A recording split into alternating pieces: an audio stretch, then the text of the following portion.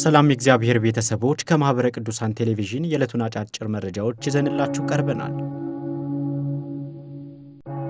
ቤተ ክርስቲያንን በብቃትና በእውቀት ማገልገል የሚያስችል ስልጠና ተሰጠ።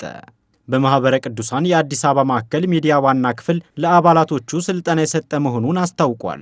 የማዕከሉ ሚዲያ ዋና ክፍል ኃላፊ አቶ ምትኩ ዘውዴ እንደተናገሩት ለሁሉም ልዑካን ክፍላት እየተሰጠ ባለው ስልጠና ላይ በሙያው ብቁ የሆኑ የቤተ ክርስቲያን ልጆች ልምዳቸውን ማካፈላቸው ተገልጿል። ስልጠናው አባላት ቤተ ክርስቲያንን በብቃትና በእውቀት ሊያገለግሉበት የሚያስችል እንደሆነ ተናግረዋል። የዚህ ስልጠና ዋና ዓላማ አባላቱ የሚዲያ መሰረታዊ ዕውቀት እንዲያገኙ ማድረግ መሆኑ የተጠቀሰ ሲሆን አገልጋዮችም አገልግሎታቸውን አጠናክረው ይቀጥሉ ዘንድ ጥሪ ቀርቧል። መረጃው በማህበረ ቅዱሳን የአዲስ አበባ ማዕከል ነው። ዝክረ ቅዱስ ያሬድ በማህበረ ቅዱሳን ዋናው ማዕከል ግንቦት 24 ቀን 2017 ዓ.ም እንደሚከበር ተገለጸ።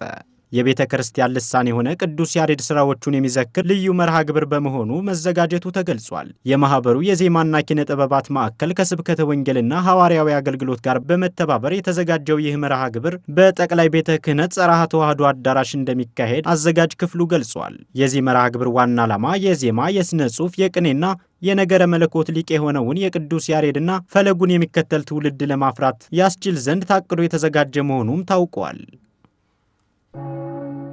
በማህበረ ቅዱሳን አውሮፓ ማዕከል የዩኬ ንዑስ ማዕከል የሐዊረ ሕይወት መርሃ ግብር አካሄደ።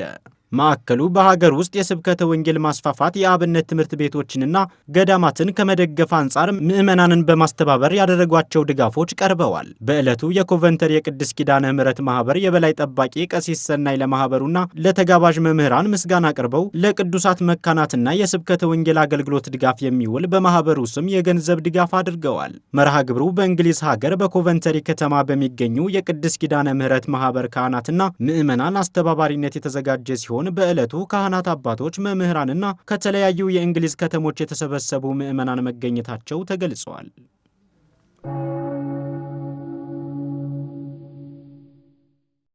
ለዕለቱ ያዝንላችሁ አጫጭር መረጃዎች እስካሁኖቹን ይመስሉ ነበር። ሰላም እግዚአብሔር ከሁላችን ጋር ይሁን።